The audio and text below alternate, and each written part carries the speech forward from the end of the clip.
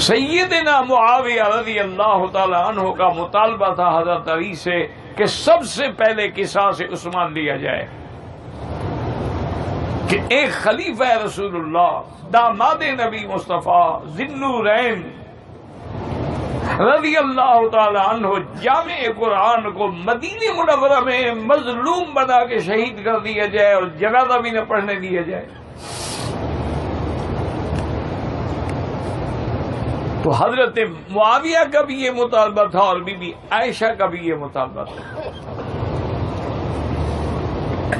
انہوں نے کہا سب سے پہلے آپ حضرت عثمان کے قاتلوں کو پکڑیں اور ان سے شریعت کے مطابق، قرآن کے فیصلے کے مطابق قصاص لیں۔ اور حضرت معاویہ رضی اللہ تعالی عنہ نے ایک پیغام یہ بھی بھیجا کہ اگر آپ مجبور ہیں تو مجھے حکم کریں، اجازت دیں، میں ان کو پکڑتا ہوں۔ یہ 800-700 آدمی، مٹھی بھر آدمی جو ہے مسلمانوں کو لڑانا چاہتے ہیں۔ حضرت علی رضی اللہ تعالی نے پیغام بھیجا کہ حضرت میں بھی یہی چاہتا ہوں کہ عثمان کے خون کا بدلہ لیا جائے، لیکن ابھی میری حکومت مستحکم نہیں ہوئی، ابھی میرا اقتدار جمع نہیں ہے اور مدینے پر وہی منافقین دندنا رہے ہیں۔ میں وعدہ کرتا ہوں کہ میں ان پہ ہاتھ ڈالوں گا۔ بہرحال حضرت معاویہ نے یہ بات نہیں مانی، اور یہی وجہ تھی کہ ان دونوں کے درمیان میں ایک بہت بڑی خطرناک جنگ بھی ہوئی، جنگ صفین۔ لیکن ایک بات یاد رکھ لیں کہ خلیفہ برحق حضرت علی تھے، لیکن حضرت معاویہ بھی مجتہد تھے اور بی بی عائشہ بھی مجتہدہ تھی۔ اور یہ حضور کا فرمان ہے کہ المجتہد یخطئ و یصیب، کہ مجتہد سے کبھی غلطی ہوتی ہے، کبھی صحیح فیصلہ ہوتا ہے، لیکن فرمایا کہ ان اصاب فلہ اجران وان اخطأ فلہ اجر، اگر وہ ثواب پہ پہنچ جائے اس کو دوہرا ثواب ملتا ہے، اگر وہ غلطی بھی ہو جائے پھر بھی اس کو ایک ثواب ملتا ہے، ایک درجہ۔ یعنی مجتہد خطا کے بعد بھی مصیب ہوتا ہے، ماجور ہوتا ہے، وہ نعوذ باللہ گنہگار نہیں ہوتا۔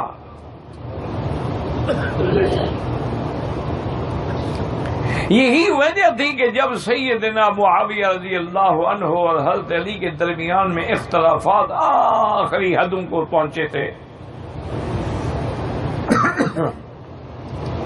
تو روم کے بادشاہ کو موقع ملا، اس نے اپنی فوجوں کو الرٹ کر دیا اور کہا تیار رہو، ہم مدینہ پاک پہ حملہ کرتے ہیں۔ حضرت معاویہ شام میں ہیں اور حضرت علی کوفہ میں ہیں۔ مرکز ان کا جو ہے مدینہ منورہ وہ خالی ہے، آپ اس پہ حملہ کرتے ہیں، اور اگر ہمارا مرکز مدینے پہ قبضہ ہو گیا، اور یہی نعوذ باللہ یہودیوں کی سازشیں ہیں،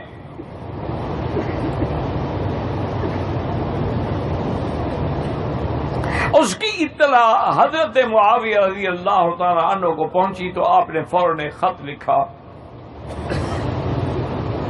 بادشاہ روم کو کہ یا کلب الروم، اے رومی کتے،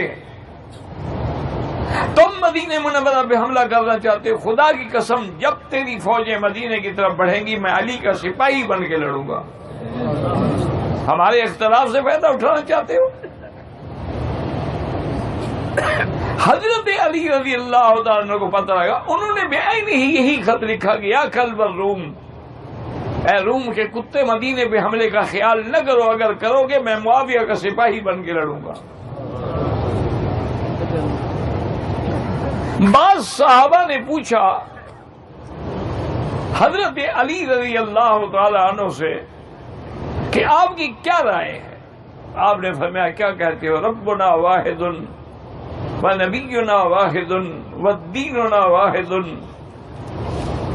وکلمتنا واحد، ہمارا رب بھی ایک ہے، دین بھی ایک ہے، نبی بھی ایک ہے، کوئی اختلاف نہیں، اتفاق ہے۔ منافقوں نے ہمیں لڑا دیا ہے، لیکن اس کا معنی یہ تو نہیں کہ ہمیں ان کے دین پر کوئی شک ہے۔ تو بہرحال یہ اختلافات برقرار رہے. حضرت علی رضی اللہ تعالی عنہ کی شہادت کے بعد سیدنا حسن خلیفہ بنے، اور سیدنا حسن رضی اللہ تعالی عنہ نے صحابہ سے بھی مشورہ کیا، حضرت حسین سے بھی مشورہ کیا کہ بھائی جان میں برداشت نہیں کرتا کہ مسلمانوں کی جماعتیں ٹکرائیں، ہم آپس میں لڑ لڑ کے ایک دوسرے کا خون بہاتے رہیں اور دشمن خوش ہوتا رہے. اس لیے میری رائے یہ ہے کہ میں حضرت معاویہ سے صلح کرنا چاہتا ہوں. حضرت حسین بھی راضی ہوئے، صحابہ بھی راضی ہوئے، ارباب حل و عقد بھی راضی ہوئے. حضرت حسین نے حضرت معاویہ سے صلح کر دی. اب حضرت معاویہ بھی خلیفہ بن گئے، اور یہ ہونا بھی تھا. یاد رکھو کہ میرے آقا نے رحمت دو عالم نے صلی اللہ علیہ وسلم نے فرمایا تھا الخلافت 30 سنۃ بعدی، میرے بعد جو صحیح خلافت ہے علی منہاج النبوہ ہے، خلافت راشدہ ہے، وہ تقریباً 30 سال رہے گی.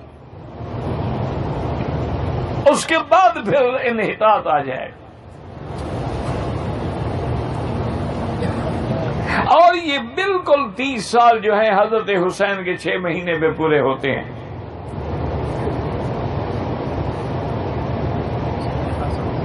اب حضرت معاویہ رضی اللہ تعالیٰ عنہ جب خلیفہ بنے تو تقریباً 22 سال تک آپ نے خلافت کی. تمام جھگڑے ختم ہو گئے، لڑائیاں ختم ہو گئی، تمام مسلمان ایک پرچم کے نیچے آ گئے، اور فتوحات کا یہ عالم تھا کہ جس طرف بھی فوجیں اٹھی ہیں وہاں سے فتح حاصل ہوئی.